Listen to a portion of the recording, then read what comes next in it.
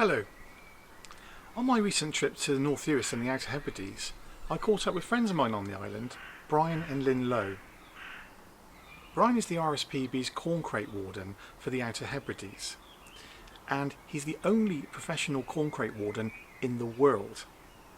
He's affectionately known as Captain Corncrake. I joined Brian for one of his walks on the RSPB's Balranald Nature Reserve to find out more about this shy, rare and elusive little bird.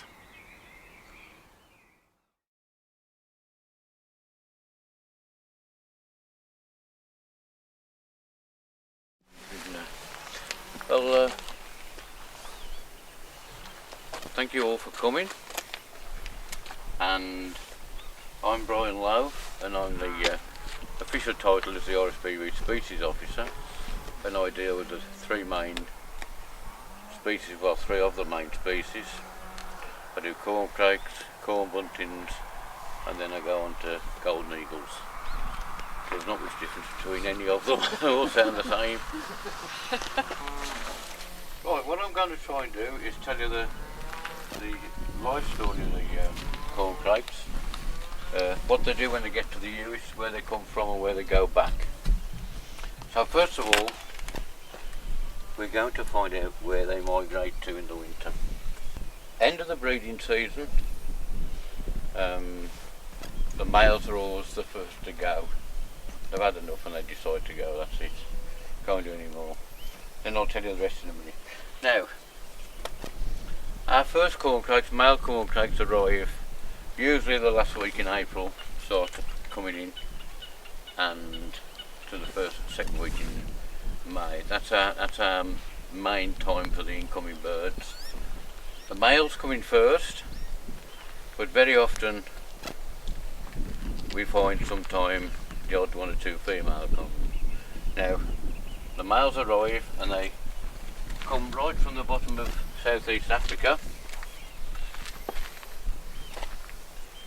And when they're in South Africa, that is where they hang about in the Congo forest, in these water holes. If you walk around there in the middle of the migration, middle of our winter, you could probably see 20 or 30 corncrakes walking around there. So if you can pass those round for me, please. So they come all the way from the forest down there. Got a long way down. And they come all the way down. Now if ever you see a corncrake flying, you think, well, how on earth does he fly that far? Well, they do actually fly at 45 to 50 miles an hour, and they do actually fly at 20,000 feet. So when they get over the water, they're away. Well, that's their migration pattern. Now, corncrakes' lives on migration and when they're here is fraught with danger.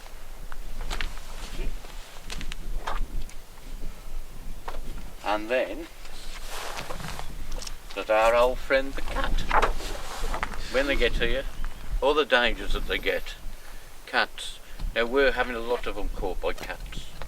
They're so easy to catch by cats. I mean, if a male is calling over there at night from midnight, I can walk up to that male and pick it up by the neck.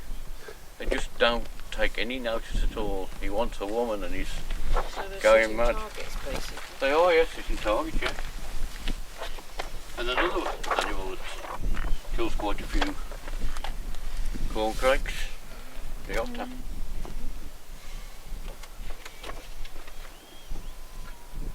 Now this is not a Photoshop picture, this was taken on South Uist. So, they're naughty, aren't they?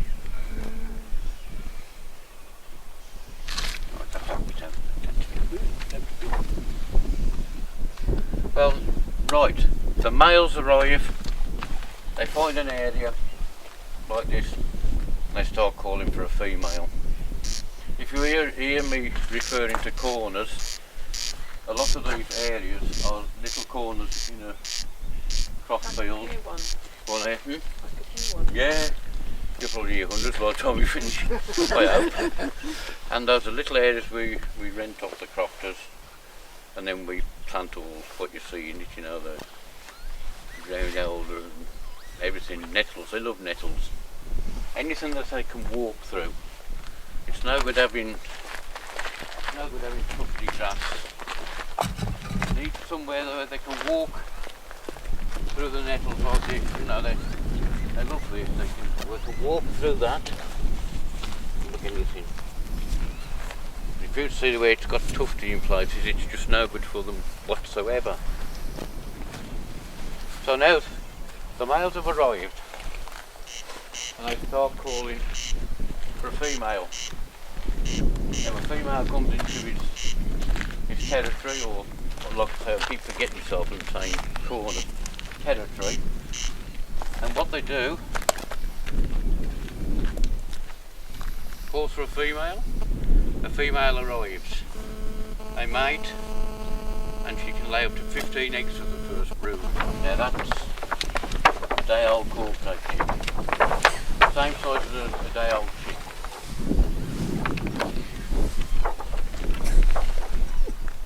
Oh, sorry. It's not the BBC, this. It about sums up my week. So now, I'll go back to the story again now. Got his female, the eggs have hatched, and when they're about 14 days old, they will leave the mother, and they'll work their way up into the near fields. As they get old, the next brood goes further and further. So the youngsters go there, and they develop into adults, and they fly on their own back to South East Africa. Right back to South East Africa. And in the meantime, his female will leave him, and he'll start calling again. And he calls another female in who's already been with a male. He's somebody else's partner. So they swap. They swap, do a wife swap, that's it. They do a wife swap, and they do the same. And obviously they don't lay so many eggs the second brood. Sometimes it's only 8, sometimes it's 9. But what I did admit didn't miss out. When the male finds his area, he builds up to 5, makes 5 nests. And the female comes in, takes one, and the next female takes another one. She doesn't use the same one. And next time, next brood is usually 8 to 9. So that's the second brood. They do the same. They'll go up into, but they can go a bit further now because the habitat is getting better as they go away. And they develop, and off they go in the second wave. Now if it's a good summer, this can happen 3 times. So you can call another female in and do it all again. But they don't lay so many eggs as last time. Now at the end of the season, which can be September, August, end of August, September, the males will stop calling, and they will go up into the June slacks, and they molt exactly like wildfowl. And I don't know if most of you know anything about wildfowl. And the females very often join up the last brood of youngsters, so you can go a walk around the back of this side of the dunes, and you can disturb a female with quite a few, it might be 2 or 3 females with her, and then off they go. They all get to when they've all got, females lose all the flight, and then they all go off back to South East Africa. That's basically their story. Now there was a lot of problems when they first came over, because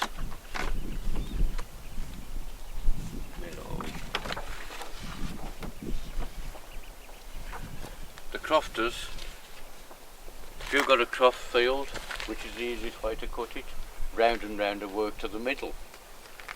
Now if you do that with partridges, they'll run for their life. Corncrakes don't.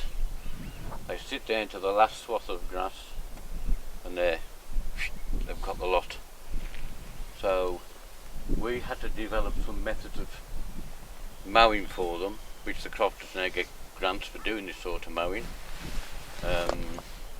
One of the methods is put a line down the middle and then work that bit so the birds go to work out. As you can see anyway. Cut your main line down and then come back on that side, then come up and come up. So you're working, the birds are going that way. Partridges will fly off out the way. Corncrakes just sit there. That's silly. I like me. Now it's my job to survey these birds. You can't survey the females. Females don't make a sound, but they do make a sound. They make a ticking sound like a time bomb. So if you hear one going tick, it's a female with contact call to the babies, the youngsters. But the males, as you know, they're mad. Just drive anybody mad. And they say, well, I have to go out at midnight and work till 3 or 4 in the morning. And they say, why do I go out at midnight? Well, that's a simple question. Answer me. That stone is the centre of the bird's territory. Now in the daytime, that bird could be calling half a mile away. It could be calling there. It could even be calling there. But with all our electronic tagging and all our radio tagging and all our scientific work, from midnight till 4 in the morning, they go back to within 5 metres of their territory. So if that's the centre of his territory, he's calling from within 5 metres. So we can only call territories. Females don't make a sound except for the ticking. Some birds, especially in Barra, where some of the roads are short, you can have a bird calling here, and the sound of him will be bouncing off a house a quarter of a mile away. So you think, oh, 2 birds, I can hear this one. No, can't be. So Lynn used to come to me in Barra, and usually she'll go down to the other end of the road and clap her hands, and that bird will shut up if there is one, you know. little tricks of the trade that we get together. How many youngsters survive? I think quite a high number do. But it's the journey there and journey back is the problem. Have you radio tagged some to establish that that's where they go? Oh yes, we've had radio, we've had satellite tagged on and everything. And that's where they go. So I think what we'll do is have a walk up there.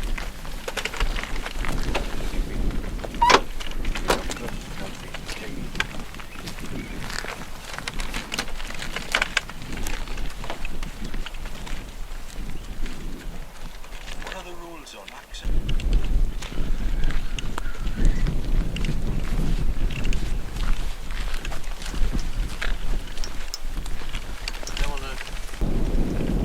What we'll do, we'll walk that way a bit, then we'll come back and we'll walk into the village, back along the back and down back to the centre.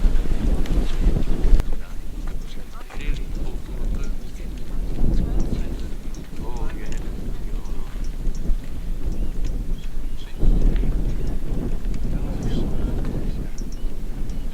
He starts calling again. He's just did it. Yeah, if you do this with your ears and look up there.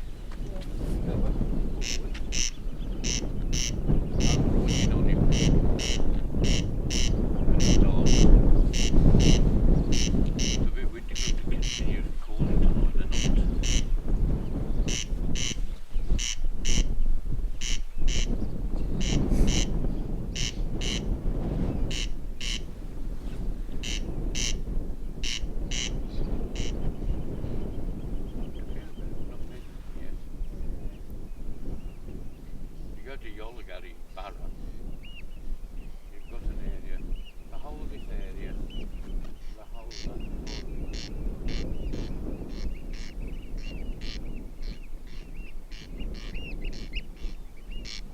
And each one of them, you can tell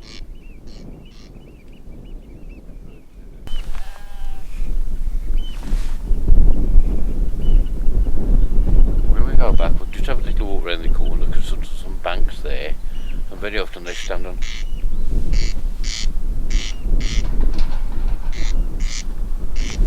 Don't get anything open, that's the trouble.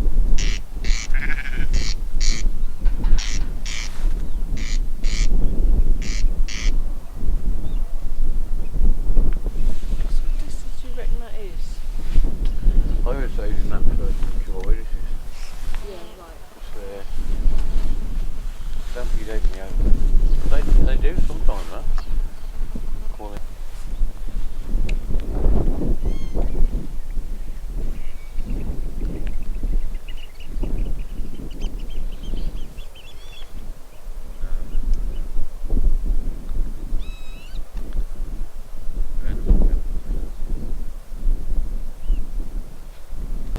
It's a new law that she's brought out. It's a bit silly. So it's politicians now. Yes, Aren't that's it. politicians. Yes.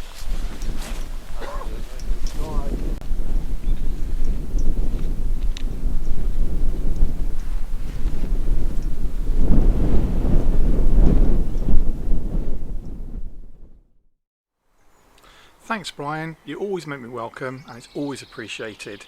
And boy, are you laid back. I wish I could be like that. Anyway, the next morning, I went back to Balranald, and I found a corncrake that appeared to be a little bit jet-lagged. I think we'll call him Colin. Take a look at this.